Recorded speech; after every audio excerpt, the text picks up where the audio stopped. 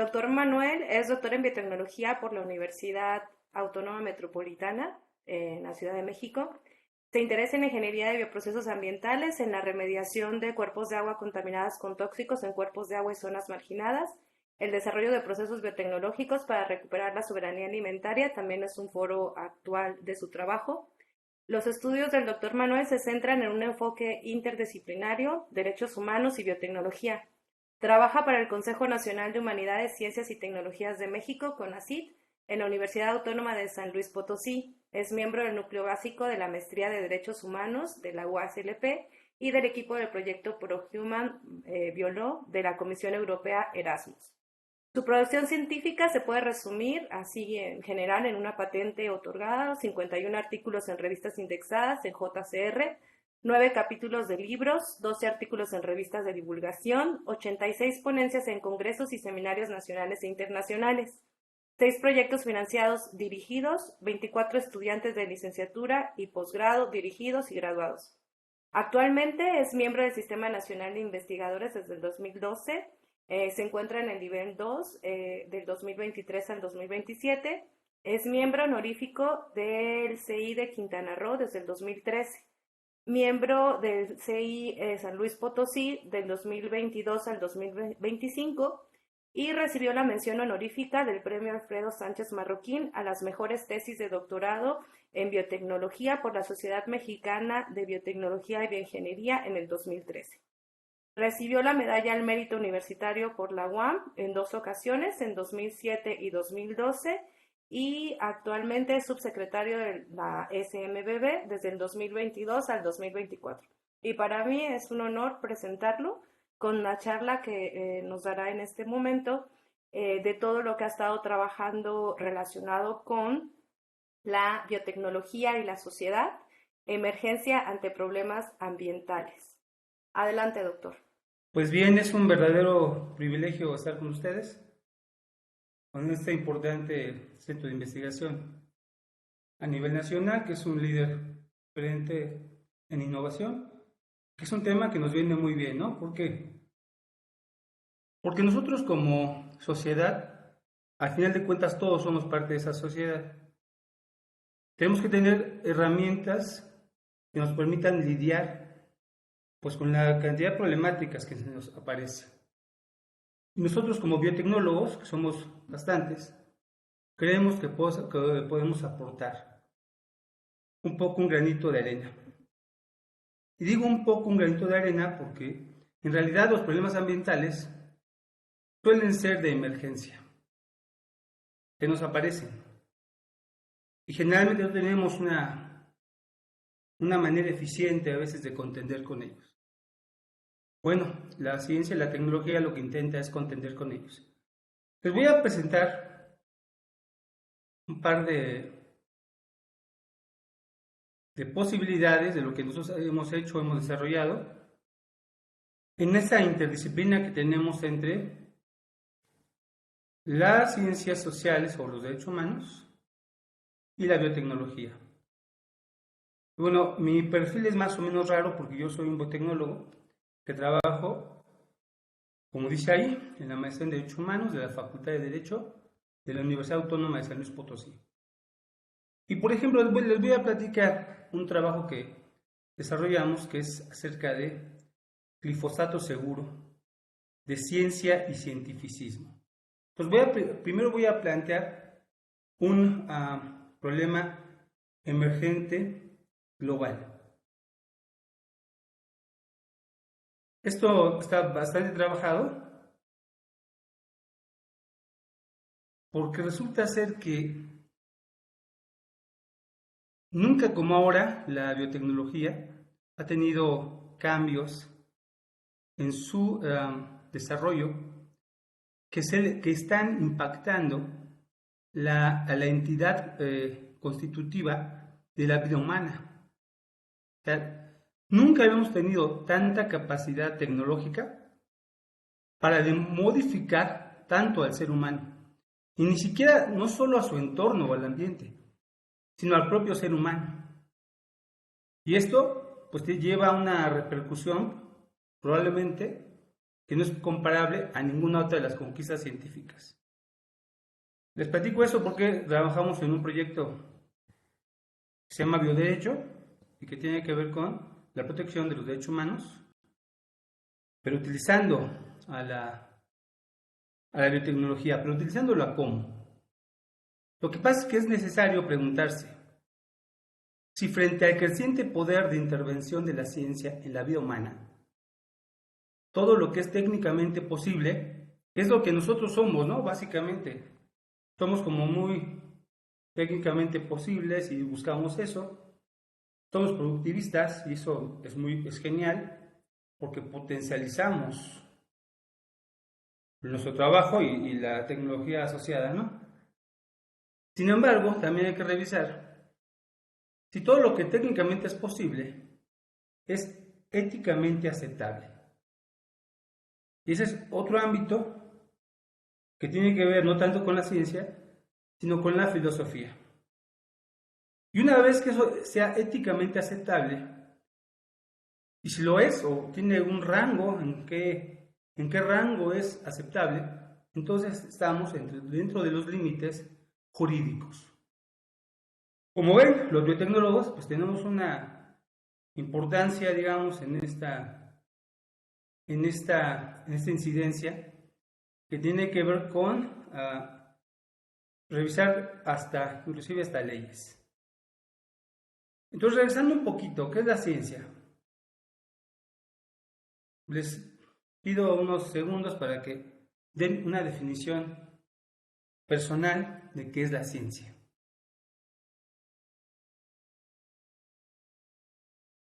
Yo sé que estoy viendo algo muy complicado, pero vamos a la Real Academia de la Lengua Española.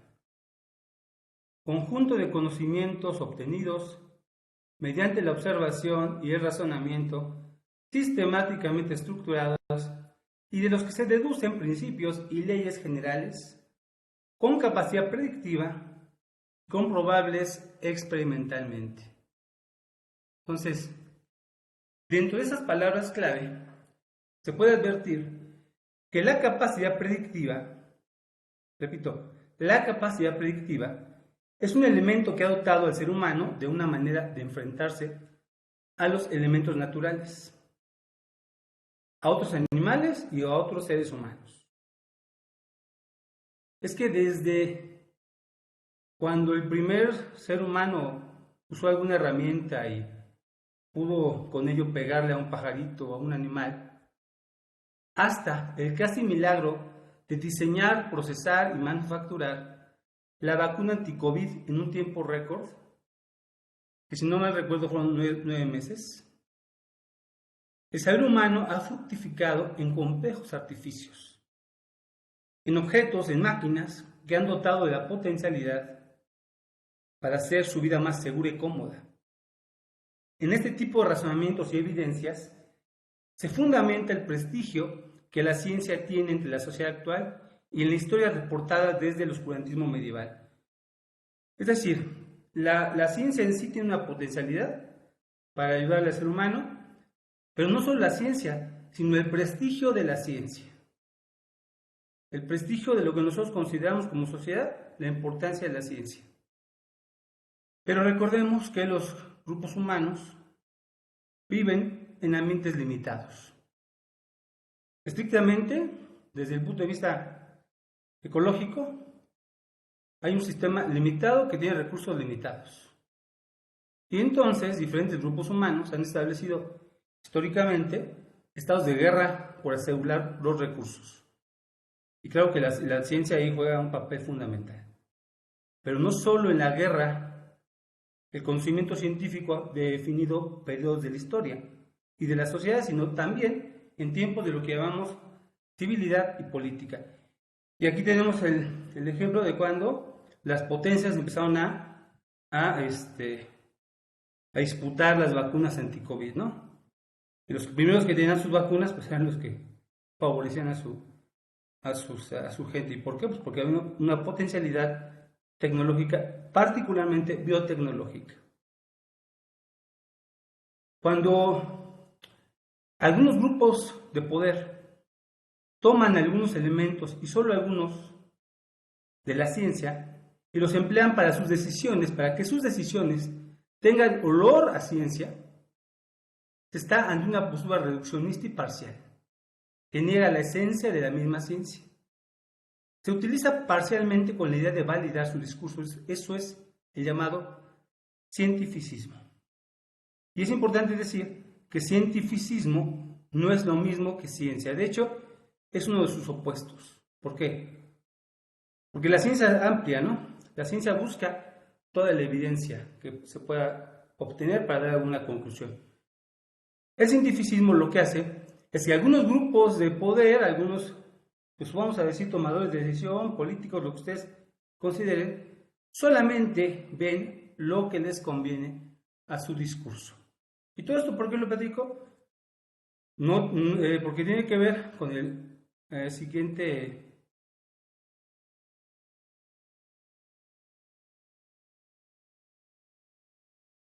siguiente figura, que es un tema muy polémico que tiene que ver con contaminación, que tiene que ver con el glifosato. Ustedes en CIATEC, en el grupo de la doctora Ney y la doctora Tere, han desarrollado ya un tema importante a nivel local y global. ¿Qué pasa con el caso del glifosato en México? En 2020, el gobierno federal decretó unas medidas, justamente un decreto, para acotar la cantidad de comercialización de glifosato. Fue en 2020, en diciembre de 2020. Para abril de 2021, un juez concedió un recurso legal a favor de la empresa Bayer, que es quien había comprado a la otra empresa que se llama Monsanto y que es la principal comercializadora y productora de glifosato. Es decir, que el juez tomó ese recurso a favor de Bayer para que pudieran seguir vendiendo, a pesar de que el decreto se fundamenta en el principio de precaución. Es un principio jurídico que procede de la Cumbre de la Tierra y que se encuentra contemplado en el Convenio sobre la Diversidad Biológica y el Protocolo de Cartagena. Sobre ellos, México es parte de esos protocolos internacionales. ¿El decreto qué dice? Dice que en los últimos años hay investigaciones que dicen que el glifosato es nocivo tanto para seres humanos como para seres vivos en general y que básicamente tiene que ver con algunos temas de cáncer. El gobierno mexicano dice que hay algún riesgo, pero Bayer lo primero que salió a decir es que el glifosato es seguro y cientos de estudios científicos lo avalan. Después de lo que les platico del juez. Y entonces nosotros como científicos, pues vamos a revisar, ¿no? Y por ejemplo, si hacemos una revisión sistemática, no muy amplia, pero sí rigurosa, tiene que ver con, por ejemplo, vamos a usar un buscador, el que es barato, el que es accesible para todo el mundo, el Google académico, y se obtuvieron 4.000 resultados cuando se utilizaron los elementos de inclusión del decreto: glifosato, efectos nocivos, animales, cáncer. Hasta 4.000, ¿no? Y dentro de estos, por ejemplo, me tomo alguno de Gill, que dice que hay evidencias suficientes de que el glifosato presenta efectos adversos en organismos unicelulares y policelulares, tóxico para invertebrados, vertebrados superiores a anélidos, artrópodos, crustáceos, insectos, moluscos, equinodermos, peces, reptiles, anfibios, aves, que daña el ADN en vertebrados superiores. Bueno, y eso es lo que se pone en juego. O sea, hay una incertidumbre científica porque hay evidencias. Y lo que se pone en juego, pues es la vida misma. Estamos hablando de ética. Aún así, Bayer sostiene que el glifosato es seguro y así lo avalan cientos de estudios científicos. Por lo tanto, esto es un caso emblemático para aplicar el principio de precaución. Y solo el cientificismo imperante en algunos círculos de poder negaría este hecho. Y les platico esto porque el otro juez determinó en septiembre de 2022, en definitiva, el amparo a favor de Bayer. Claro que el gobierno de México pues sigue trabajando, ya no va a ser vía CONACYT y Biogem, sino va a ser ahora vía Semarnat. O sea que es un campo de lucha la comunicación, pero también el conocimiento. Nosotros desde la ciencia decimos, oye, sí hay suficiente información para que al menos tengas una incertidumbre asociada. Pero el juez dijo no, el juez no le importó los 4,000 artículos, no le importó nada más con una actitud más bien cientificista, ¿no? Tomar algunos trabajos que curiosamente son los que aporta Bayer. Nosotros lo que decimos es, sí, claro, hay algunos a favor, hay algunos que demuestran que no hay en ciertas condiciones algún problema de toxicología, pero también hay muchos que dicen que sí. Y lo que se pone en juego es demasiado alto.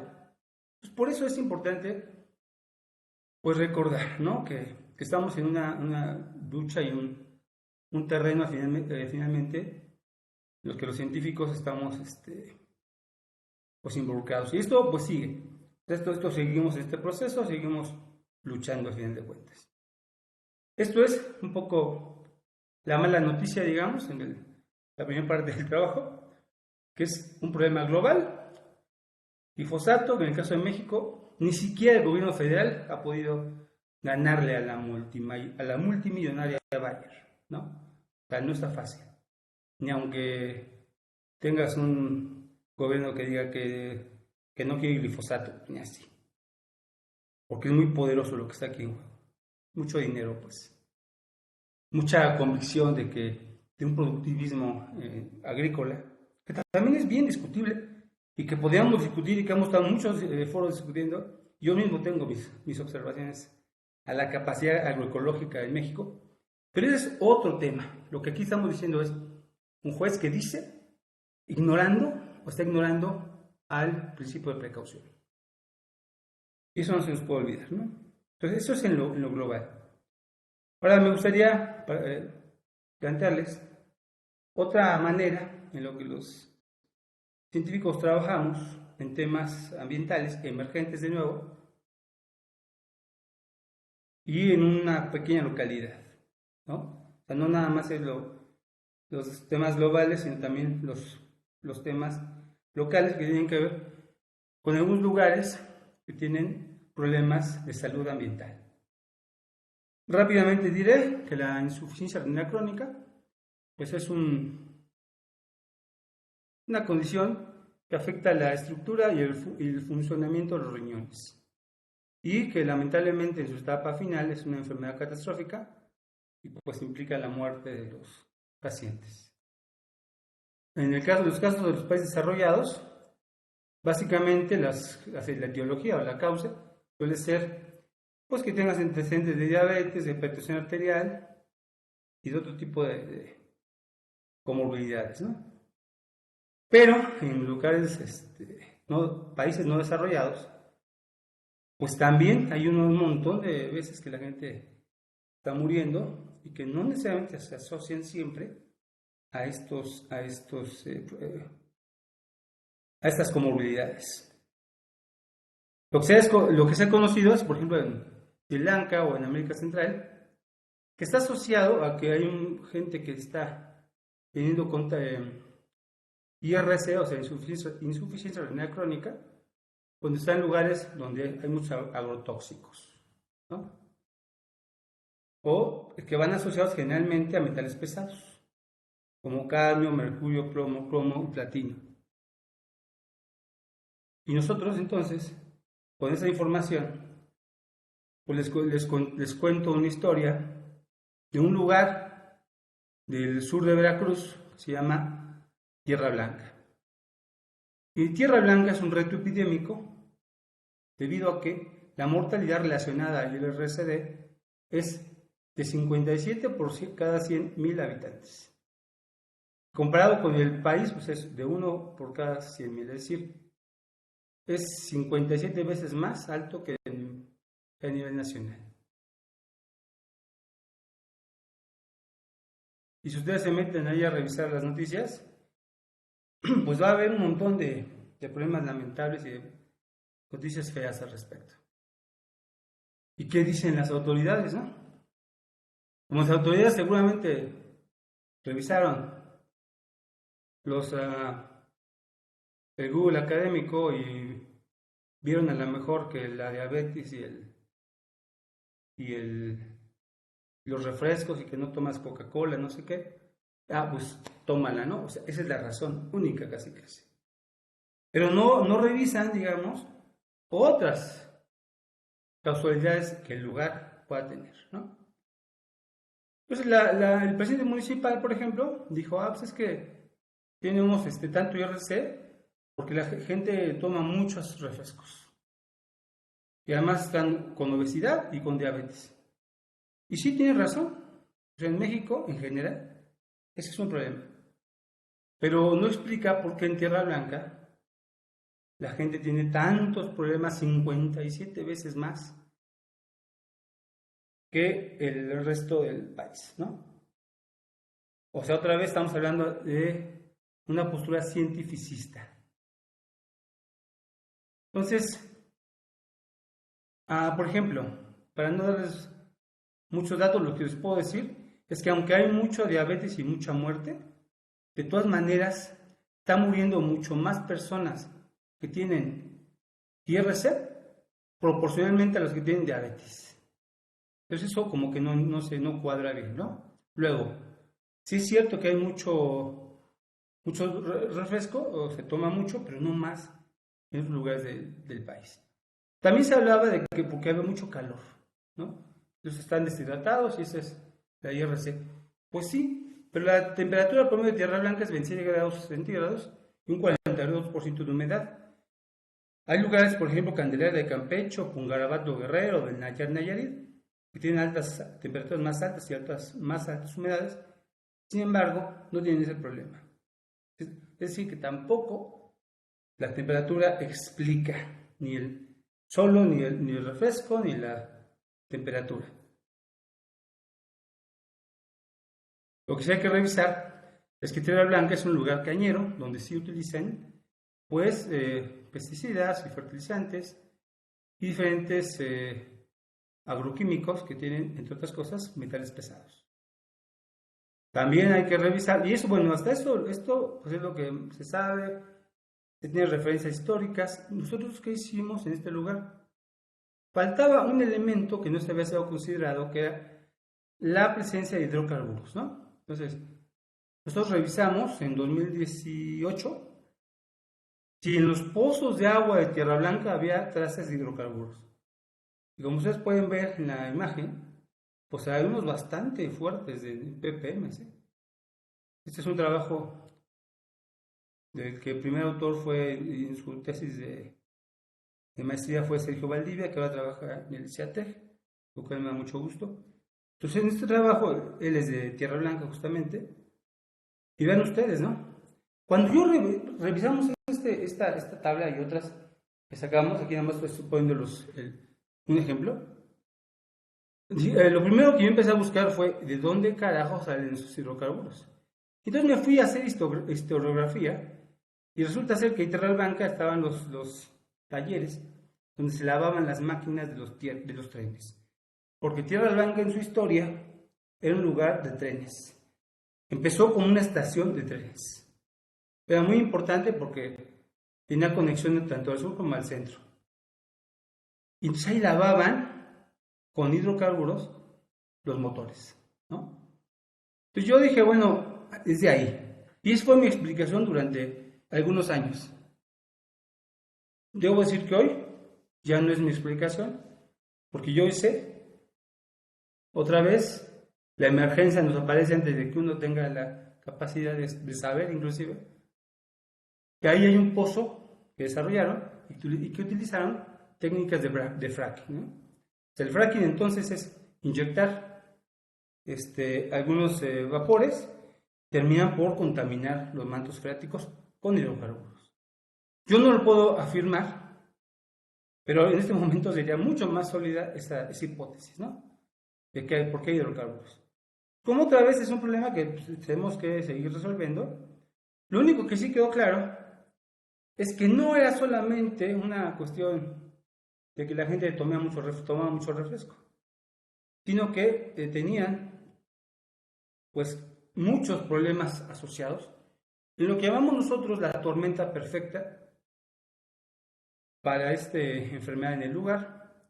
Lo publicamos en una revista muy buena que a mí me dio mucho gusto porque resulta ser que fue el récord de mi vida porque nos tiene un factor de impacto de 11 o 12, no me acuerdo de cuándo era, pero nos lo aprobaron en 29 días.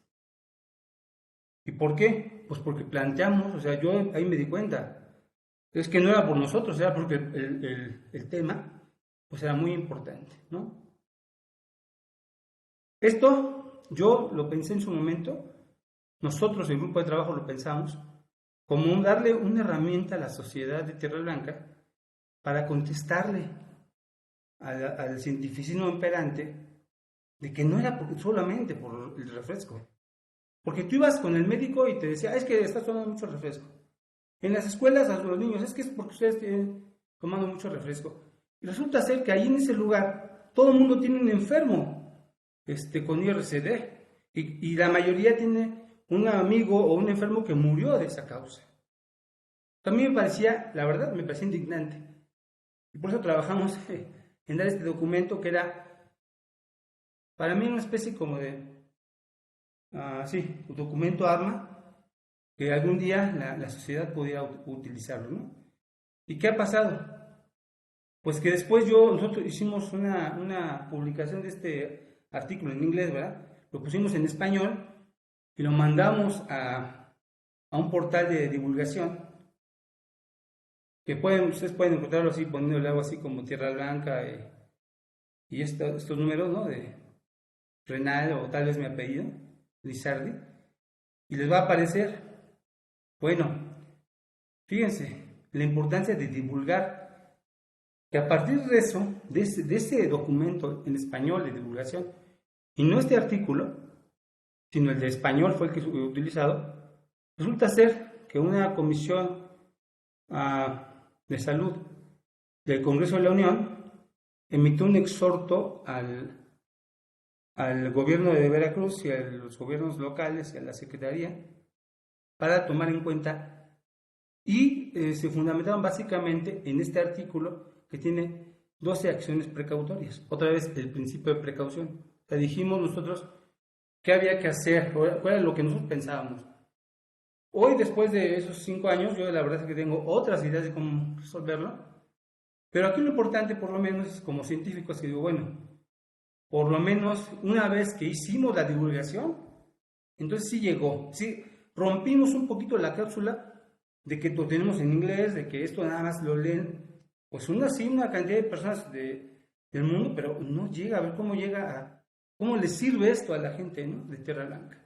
Entonces yo digo, estamos en eso, de hecho hubo un exhorto, me hablaron del Congreso de la Unión a inicios de año, y bueno, esperemos que esto siga adelante y que lleguemos a algo, ¿no? Digo, son muchas acciones precautorias, entre otras.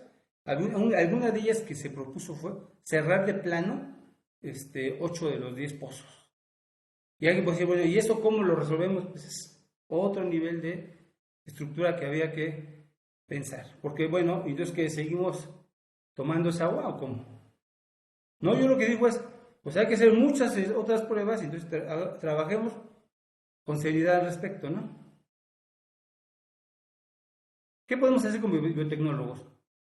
Nosotros realmente toda esta plática que les digo es casi mi parte que no soy biotecnólogo, pero como por biotecnólogo, ¿qué hago? Pues para mí algo relativamente fácil.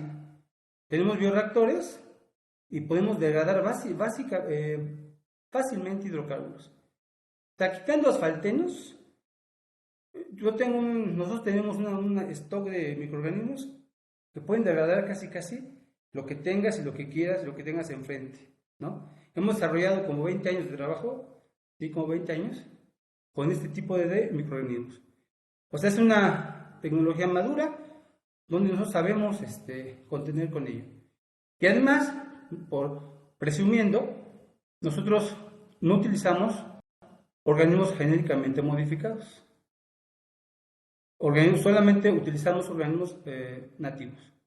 Y hemos demostrado en algunos artículos, en condiciones similares a grandes cepas ultraproductoras de los OGMs, o sea, las mutantes, digamos, nosotros hemos destrozado sus números, pues 100 veces, somos 100 veces más eficientes para degradar los hidrocarburos. Es decir, que también, desde la biotecnología, no necesariamente edición genética, podemos tener trabajo que demuestra que hay otra manera de hacer biotecnología, ¿no? Y eso me da mucho gusto porque el trabajo que hemos desarrollado, pues hemos tenido la suerte de que la doctora Araceli Pacheco y la doctora Teresa y todo su grupo de colaboradores, pues hemos trabajado ya, por ejemplo, ¿y qué hacemos con? Ya tenemos esos microorganismos que son muy degradadores, pero que los degradamos en unos bioreactores. Pero ¿cómo los llevamos al mar, por ejemplo, o a los lagos o a los ríos? Ahí el trabajo es de Sergio Valdivia, que hizo su tesis de doctorado, donde metió a los microorganismos en unas microcápsulas, para lo que pues este grupo de investigación y mis colegas de CETEC, que son expertazos. Y entonces fuimos avanzando en eso, ¿no? En esas vertientes. Y eso nos llevó a más trabajo, porque dicen que el premio del trabajo pues es más trabajo. Y a mí me dio mucha suerte porque la doctora Pacheco nos ha involucrado en uno de los proyectos que se llama, de su proyecto, el proyecto del que es encargada, de INPRONAE, que es soberanía alimentaria, que tiene que ver con pues la valorización de recursos pesqueros, más bien de residuos pesqueros. Pero aquí lo interesante es el énfasis en lo social que tiene ese proyecto. Tiene el énfasis sobre la soberanía alimentaria, es decir, el derecho humano de los pueblos a controlar sus propias semillas, su agua y territorio. Cuestionar quién y por qué producen alimentos. Y eso es completamente contrario a la dependencia alimentaria. Implica una alimentación sana, nutritiva y adecuada culturalmente. Y es una idea opuesta a otro concepto que se llama seguridad alimentaria, que es básicamente que haya suficientes alimentos. Pero la soberanía lo que dice es todo eso, pero también culturalmente adecuado. Y por ejemplo en Yucatán, pues hay muchos productos importantísimos históricamente, entre ellos la pesca y la acuicultura. Tenemos entonces, y eso que tiene que ver con el problema ambiental, pues que este proyecto tiene entre sus vertientes una identificación y cuantificación de metales pesados y otros microcontaminantes, ¿no? Aparte de todo lo que hacemos en términos de incidencia social, este proyecto también tiene un vertiente fuerte y que nos va a ayudar justamente a dar más información acerca de metales pesados y otros microcontaminantes. Que, por ejemplo, hay muchas vertientes que se van a poder desarrollar seguramente, que nos van a poder explicar qué tanto es la baja en el volumen de las abejas, por ejemplo, en Yucatán. Nosotros acabamos de publicar un artículo que tiene que ver con los riesgos que hay en Yucatán con respecto al número de abejas, ¿no? Y estamos seguros que, asociado a estos temas, que gracias a que el PRONAI nos puede articular, pues lo vamos a desarrollar, ¿no? Pues por el momento creo que por mi parte eso es, y esperaría preguntas si es que están de acuerdo. Muchísimas gracias, doctor Manuel. La verdad creo que es una charla muy interesante porque estamos viendo desde el punto de vista de un biotecnólogo toda la parte social y la parte que tiene que ver con la ciencia y el cientificismo. Tal vez son términos que para nosotros no son tan comunes, hemos estado como que muy inmersos en todas las cuestiones de innovación y demás. Y bueno, ahora es importante que pues también veamos toda esta parte, ya que la ciencia pues es para la sociedad. Entonces, abriríamos la sesión de preguntas. No sé si alguien tenga alguna pregunta, quiera hacerlo directamente o puede levantar la mano y a través del chat se le puede otorgar la palabra. Bueno, en lo que alguien más se anima, a mí me gustaría preguntarle si, o sea, cómo o de qué manera usted dio este paso de la parte de la biotecnología hacia toda esta cuestión social, derechos humanos y mezclar, o sea, qué tan complejo puede ser mezclar la ciencia con todas las leyes y la parte de ejercer el derecho al respecto, ¿no? Sí, bueno, la verdad es que es un tema muy retador, es interdisciplina pura, como generalmente decimos, pues que es un tema complejo, pero no hablar de complicaciones, sino los científicos somos muy buenos para simplificar, ¿no? Buscamos la simplificación. Por ejemplo, orgánicamente acá yo en derechos humanos, lo que me preguntan a veces son cosas como, oye, ¿y este contaminante es tóxico? Tienes que responder, pues que depende, ¿no? Y ese tipo de conocimientos sencillos que para nosotros es muy sencillo, cualquiera de nosotros vamos a responder así. A veces los colegas, abogados, por ejemplo, pues no conocen los términos, ¿no? Se les da casi igual. Por ejemplo, yo platicaba con ellos y me hablan de la certeza jurídica. Hablamos de temas de certeza jurídica, certeza jurídica, certeza jurídica. Y yo empecé a preguntarles, bueno, ¿y de dónde sacamos la certeza jurídica? Cuando íbamos ya a lo particular, pues terminamos hablando de que la certeza jurídica devenía siempre, o básicamente en esos temas ambientales, devenía de certezas científicas. O sea, los abogados le piden la certeza a la ciencia. O sea, ¿qué tanto es tantito para producir miel? ¿Qué tanto es la norma? Que ustedes, bueno, son expertos en eso. ¿Qué tanto es la norma que se requiere para la producción apícola? O por ejemplo, ¿cuál es la norma que permite la cantidad de hidrocarburos en cenotes de la península de Yucatán? A ver, compañeros, ¿cuál es la norma? Pues no hay norma. Hay apenas hay un pequeño manualito que salió por ahí y donde justo tomaron las metodologías de nosotros para en un cuaderno del gobierno federal pues poner esos inicios, digamos, de norma, ¿no? Y sin embargo, el problema de contaminación por hidrocarburos en los cenotes de la península de Yucatán es presente. Claro que está presente. ¿Les importa o no les importa? Bueno, por ejemplo, la contaminación por hidrocarburos en Quintana Roo tiene que ver con la gran cantidad de carreteras que atraviesan el lugar. Y además está el cenote, está al lado de la carretera. Y eso no está medido. Y alguien podría decir, bueno, y por ejemplo, no solamente los hidrocarburos, a lo mejor es más importante el tema de los bloqueadores solares, ¿no? Y alguien podría decir, y les voy a poner un ejemplo así claro y dramático, la cantidad de cocaína que hay en esos lugares a veces. ¿Sí?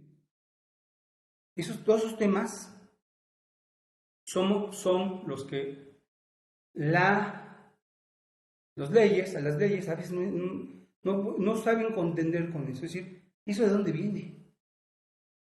O sea, ¿por qué hay hidrocarburos acá? ¿Qué pasa con los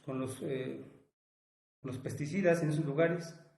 Bueno, nosotros como científicos tenemos un trabajo de estar todo el tiempo, estar con ellos. Y por ejemplo, lo que hace rato les platiqué del glifosato, pues a mí me tocó el trabajo de plantear en el grupo de abogados las cotas para glifosato, o más bien diciendo, a ver, ante el amparo de Bayer, que decía que estaba mal aplicado el principio de precaución, nosotros lo que demostramos al juez es que era suficientemente robusto lo que decía el decreto palabra por palabra para justificar acciones precautorias. O sea, el principio de precaución. Eso fue lo que nosotros hicimos. Por ejemplo, ahí, ¿no? Ahí fue un asunto orgánico directo con mis colegas. Desde otro lado, cuando les platico lo de Quintana, lo de Tierra Blanca, Veracruz, ahí fue más bien en nuestro trabajo de divulgación. Y a mí me pareció importantísimo, fue una lección de vida para mí, porque después de ahí empecé a revisar. Yo ya tengo 3 o 4 textos de mis trabajos de divulgación que ahora son parte de alguna ley, de algún lado. ¿Por qué? Porque utilizamos problemas emergentes y que no lo están revisando, no revisan, por supuesto, el tomador de decisión, no revisa los trabajos de Scopus, los trabajos en inglés, eso no los va a revisar. Va a revisar la divulgación. Entonces, esa parte también parece fundamental. Yo la estoy aprendiendo la estoy empezando a aprender y realmente la vida me lo está enseñando, ¿no? Más que yo pensando en que iba a poder impactar en los tomadores de decisión. Yo me imaginaba en Tierra Blanca que lo que yo decía, un día iba a haber una rebelión de la gente de Tierra Blanca y que iba a exigir, y no ha sido así. Lo que ha pasado es que son unos diputados que me han llegado a hablar, algún local, algún federal, para hablarme del tema, ¿no? Pues también está bien. Bueno, ahora sí que la verdad es que uno es pequeñito comparado a esas personas, no en tamaños no hablo de jerarquía, hablo de la capacidad que tienes de tomar una decisión, ¿no? Entonces creo que tampoco hay que sacarle, bueno, lo que pasa es que mi ámbito es muy socioambiental, digamos, ¿no? Que es la parte un poco difícil y dura, porque somos los que damos las malas noticias generalmente. Sí, Yo he eso es aprendido a lo dar que la sucede. mala noticia, pero también darle el palito un poco para luchar. Y creo que más o menos por eso, pues me han hecho caso un poquito. Sí, creo que en ese sentido hay una pregunta que colocaron en el chat que se le voy a leer. Dice, ¿cuál considera el doctor Lizardi que es el impulso más fuerte que puede reducir el uso de pesticidas? ¿La fuerza social, la salud, la económica o la política?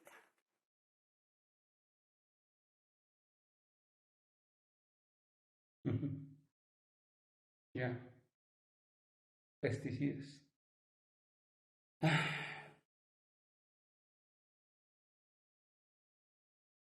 O todas, ¿no? Tal vez.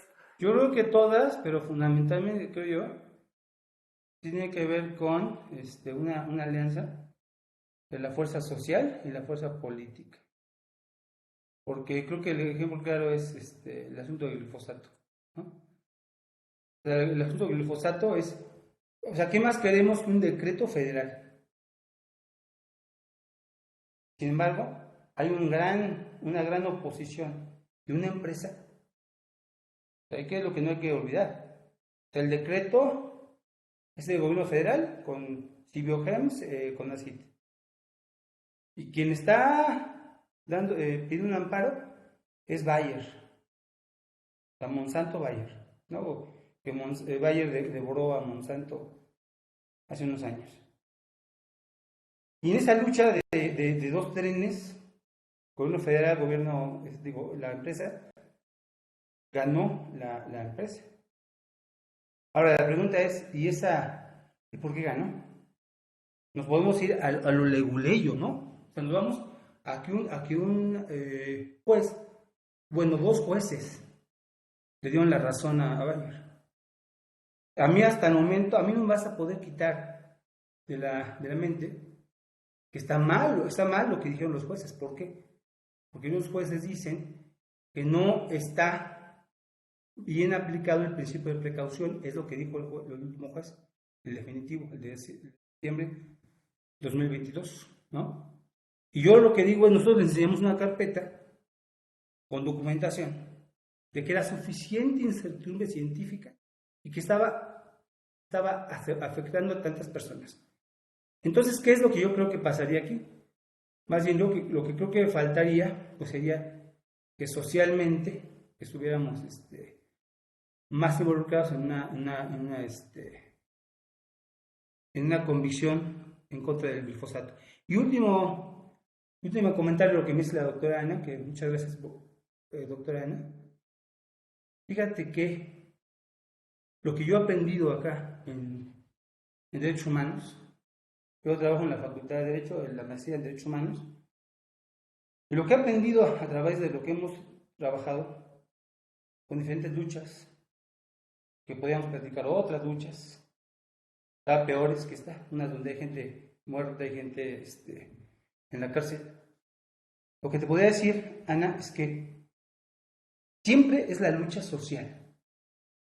O sea, lo que va a cambiar esto que estamos discutiendo ahorita es la lucha social, y eso es lo que nos enseñan en Derechos Humanos. O sea, ¿cómo se puede exigir o cómo se puede hacer efectivo un derecho humano? No es nada más desde lo formal. O sea, no es nada más de que está la ley y que se haga, sino tiene que haber una promoción real de los derechos humanos. Y en el caso nuestro, pues el derecho humano a un ambiente sano creo que tendría que prevalecer en este tema del glifosato, o en el caso de Tierra Blanca, ¿no? ¿Y pero cómo lo vamos a tener? Pues exigiéndolo. Ni modo, perdón, me puse muy radical, pero es que esa es la verdad. O sea, esto va a cambiar cuando la sociedad lo haga, lo cambiemos. Claro, los científicos, ¿qué hacemos? Ser rigurosos y entregar lo que sabemos, rigurosamente. Si está limpio y Monsanto está bien, pues que Monsanto esté bien y lo aplaudimos. Pero si no, entonces hay que no tener miedo, ¿no? Hay que seguir trabajando. Pues muchísimas gracias, doctor. La verdad es un tema súper interesante. Yo tengo el privilegio de conocer de cerca su trabajo desde el punto de vista científico, todo lo que ha realizado en las investigaciones de ciencia básica, ciencia aplicada, pero creo que la aplicación de este conocimiento para un bienestar social es de gran importancia, ¿no? Entonces, yo le agradezco enormemente su presentación y la colaboración que ha tenido con la subsede sureste, y le cedo la palabra a la organizadora de... Muchas gracias, doctora, y gracias, doctor, por esta presentación. Pues nada, les deseamos que pasen buena tarde. Muchas gracias por ser parte de este foro académico por el 47 aniversario del CIATE. Esta conferencia, como la de aquí de Guadalajara, sede Guadalajara, se van a subir a nuestro canal de YouTube. Los invitamos a seguirnos en nuestras redes sociales y nuevamente pues les agradecemos que se hayan conectado este día. Muchísimas gracias a todos.